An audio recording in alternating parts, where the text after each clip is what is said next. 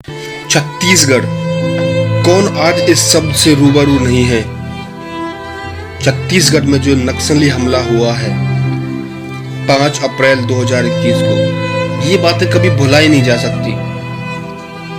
ये बातें हमेशा याद रखी जाती हैं, परंतु नेता मंत्री ये सब भी की साजिश के तहत सारे काम होते हैं। जब भी कहीं पर इलेक्शन होता है, किसी न किसी को किसी न किसी तौर पर पेश कर दिया जाता है, हमारे जवानों को मरने के लिए छोड़ दिया जाता है। कुछ दिन पहले आपको ध्यान होगा पुलवामा अटैक, उस टाइम पर अगर आपने ध्यान नहीं दिया तो आप ध्यान दीजिएगा। पुलवामा अटैक जब होने वाला था, जब हुआ था, वो इलेक्शन का ही टाइम था। आज आप इस वीडियो को शेयर करेंगे, थोड़े दिन बाद सब लोग इस चीज़ों को भूल जाते हैं। ये हमले होते रहते हैं, बंद तो आज तक कुछ हुआ ही नहीं है। आखिर क्यों इन जवानों को शहीद होने के लिए छोड़ दिया जाता है?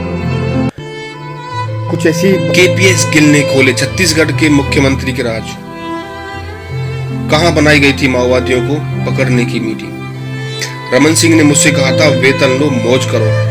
केपीएस गिल डीजीपी गिल साहब ने छत्तीसगढ़ सफाई के लिए मात्र 10 बटालियन सीआरपीएफ की मांग की थी और खुली छूट मांगी थी। 1 महीने का समय मांगा था। वही गिल साहब जिन्होंने पंजाब का आतंकवाद खत्म किया था, मगर उस समय के बीजेपी के तत्कालीन मुख्यमंत्री रमन सिंह का जवाब था, आपको पद मिला है तो तनख्वाह लो और आराम करो। ये बातें होती है नेता मंत्रियों की। कहने के लिए तो मैं कुछ भी ज्यादा कह सकता हूँ, परंतु आप इस पूरी को पूरा जरूर देखिएगा और शेयर कीजिएगा। जो ये जवानों को जो शहीद हुए हैं, इनको मैं श्रद्धांजलि देना चाहता हूँ। फिर क्या हुआ घटना में? विजय कुमार पूर्व डीजीपी सीआरपीएफ ने ग्रीन हंट ऑपरेशन चलाया था। ऑपरेशन कई दिनों तक चला, मगर जब नक्सलियों के ठिकाने के नजदीक गए तो फोर्स ने अचानक दिल्ली से फोन आया और ग्रीन हंट ऑपरेशन में लगे जवान पीछे हट गए। सत्ता में बैठे अधिकारी लोग इन नक्सली माओवादियों और आतंकवादियों के साथ सत्ता हासिल करते रहते हैं। यही लोग ऑपरेशन चलवाते हैं, यही लोग बंद करवाते हैं और यही इन्हें पैदा करते हैं, और जरूरत पूरी होने पर यही लोग इनको खत्म करवा देते हैं। और देश के लोगों को लगता है कि कार्रवाई हो रही है, कीमत फोर्स को चुकानी पड़ती है हमेशा ही, और चुकानी पड़ती रही है। फिल्म चक्रव्यूह तो आपने देखी होगी, जिसने नहीं देखी आप फिल्म चक्रव्यूह को जरूर ध्यान से देखिएगा। सच्चाई और हकीकत के बहुत ही करीब वो फिल्म बनाई गई है। ऊपर से जवानों का अनव्यापक रूप से जंगलों में 40-50 किलोमीटर तक चलना, थके हारे जवानों पर घात लगाकर हमला करते हैं नक्सली। हमेशा से वर्षों से समस्याएं चली आ रही हैं। न जाने कितनी बहनों के माथे के सिंदूर पहुंच दिए जाते हैं, कितनी बहनों के भाइयों को कुर्बानी दे दी जाती है। 1000 माँ बापों ने बुढ़ापे के सहारे को छीन लिया जाता है, वो सारे खो दिए जाते हैं, वो खो जाते हैं। छोटे छोटे बच्चे अपने बाप का मुंह भी नहीं देख पाए, मगर कुर्सी के इन कीड़ों के भूखे ने आज तक कोई इनकी भूख को नहीं मिटा पाया। छत्तीसगढ़, झारखंड, आंध्र प्रदेश में नक्सलियों के बड़े बड़े कैंप हैं। इन सरकार को अब तक क्यों नहीं पता चला कि कहां पर कैंप लगे हैं, मगर आज तक किसी कैंप पर हमला नहीं कर पाए।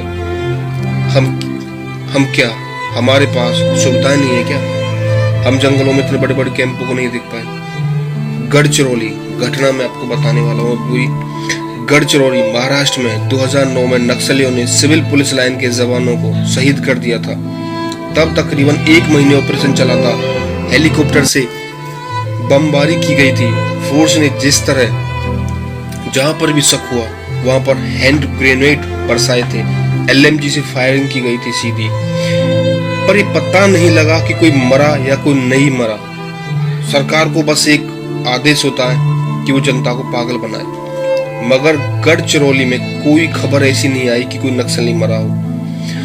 सरकार चाहे तो कुछ भी कर सकती है, कुछ भी नहीं कर सकती है। अधिकारी चाहे तो क्या नहीं कर सकते, मगर सब चुप हैं अपने लालच में।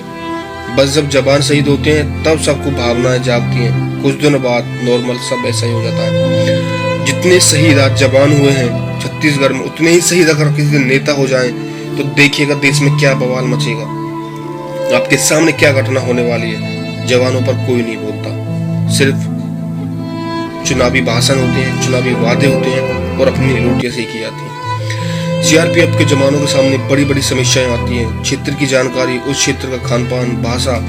यदि सीआरपीएफ की डेवलपमेंट स्टेट के अनुसार कर दी जाए तो काफी हद तक इस हादसों को रोका जा सकता है। सटीक सूचनाओं पर भी ऑपरेशन करवाए जाते हैं। मैं अगर हरियाणा का रहने वाला हूँ, गुजरात का रहने वाला हूँ, मुझे छत्तीसगढ़, झारखंड ऐसी जगह पे भेजा जाता है जहाँ मुझे भाषा की कोई भी जानकारी नहीं होती और लोग वहाँ के जो नक्सली होते हैं वो अपनी भाषा में इन वीडियो को अंजाम दे जाते हैं और ऐसे काम करके चले जाते हैं कि लोगों को पता भी नहीं चलता हमारे यहाँ के लोगों को क्या भाषा वो बोलते हैं। तो मेरे ख्याल से हम काफी सफल हो सकते हैं नक्सलों से लड़ाई में, मगर ये सब करेगा कौन? डीजीपी को रिटायरमेंट के बाद सचिव सलाहकार आदि बनना होता है। पद का लालच, पैसे की भूख ऐसे आदमियों को बांध के रखती है और जवान कुर्बानी देते रहते हैं।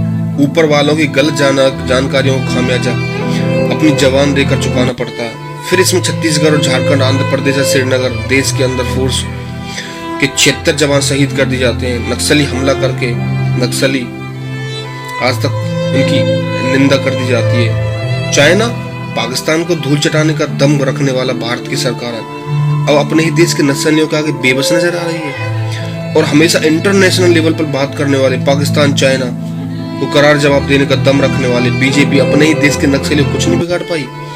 पाकिस्तान पर आधी रात में सर्जिकल स्ट्राइक करने वाले बीजेपी अपने ही देश के नक्सलियों, माओवादियों के आगे बेबस नजर आती है। क्या यही शासन है? क्या यही प्रशासन है? जो ये छत्तीसगढ़ में शहीद हुए उनको मैं नमन करता हूं। इससे पहले आपने भी सुना होगा, सभी के जहन में होगा, पुलवामा आतंकी हमले में 40 जवान वीर गति को प्राप्त हुए थे। अभी छत्तीसगढ़ में 23 जवान वीर गति को प्राप्त हुए हैं। 30 जवान घायल है, अभी भी अस्पतालों में खून के जब चिथड़े पड़े थे। सुनने में ये भी आया था वहां पर कि नक्सलवादियों ने ट्रॉलियों में भर भर कर लाशें ले जा रहे थे। कोई फोटो आया उस लाशों का? कहां पर लाशें ले गई, कैसे लाशें ले गई, किसी की कुछ समझ में नहीं आया वो कहां पे लाशें गई। 20 से अधिक हथियार लूटे थे। बीजापुर मुठभेड़ के बाद भी 20 से ज्यादा हथियार जवानों के सबों के पास नहीं मिले हैं। नक्सली जवानों की हत्या करने के बाद हथियार लूट ले गए। हमले का मास्टरमाइंड बटालियन नंबर 1 का हेड था। कुछ बीजेपी नेताओं ने जो शर्मनाक बयान दिया, आप सुनिएगा। बीजेपी नेता समेत 2 गिरफ्तार किए गए हैं। उधर पूर्व विधायक धनीराम पुजारी के बेटे वे भाजपा की दांतवाड़ा जिला इकाइयों के उपाध्यक्ष जगत पुजारी का नक्सली कनेक्शन सामने आया। नक्सलियों को ट्रैक्टर मुहैया कराने के आरोप में जगत के अलावा एक अन्य आरोपी को गिरफ्तार कर लिया गया। जगत 1 दशक से अधिक समय से नक्सलियों को सामान मुहैया करा रहा था। जगत और उसके साथी ने 5 लाख रुपए इनाम वाले नक्सली सहित अजय अलामी के लिए ट्रैक्टर खरीदा था। पुलिस ने 9 लाख रुपए मूल्य का नया ट्रैक्टर जब्त किया है। सुनिए आपने घटना। बीजेपी नेताओं ने उनको ट्रैक्टर मुहैया कराए थे। सरकार क्या देती है? यूपी सरकार ने घोषणा भी की है, आपने भी सुना होगा, 50-50 लाख रुपए और 1-1 नौकरियां। अगर ऐसे ही नेता मंत्री मार दिए जाते, ये मैं ज्यादा नहीं कहना चाहता, अगर किसी ने अपने हिसाब से इस्तेमाल किया है मेरा और मैं समझता रहा कि लोग मुझे पसंद करते हैं, यही होता आ रहा है हमारे देश में। कुछ एक पंक्ति मैं आपको बता देना चाहता हूँ। अगर ऐसे नक्सली हमारे भारतीय जवानों को मारते रहे, गोद सूनी होती रही, तो ये कब तक चलेगा?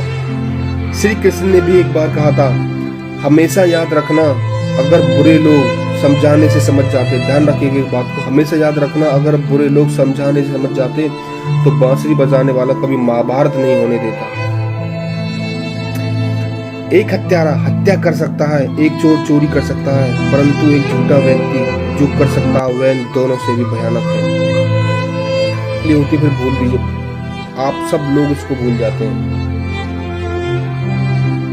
छोटी सी एक और लाइन थी, कुछ लोग हार कर भी जीत जाते हैं, कुछ लोग जीत के भी हार जाते हैं। कुछ लोग हार कर भी जीत जाते हैं, कुछ लोग जीत के भी हार जाते हैं। नहीं दिखते हैं अकबर के ताबूत कहीं पर भी, लेकिन राणा के घोड़े हर चौराहे पर आपको नजर आते हैं।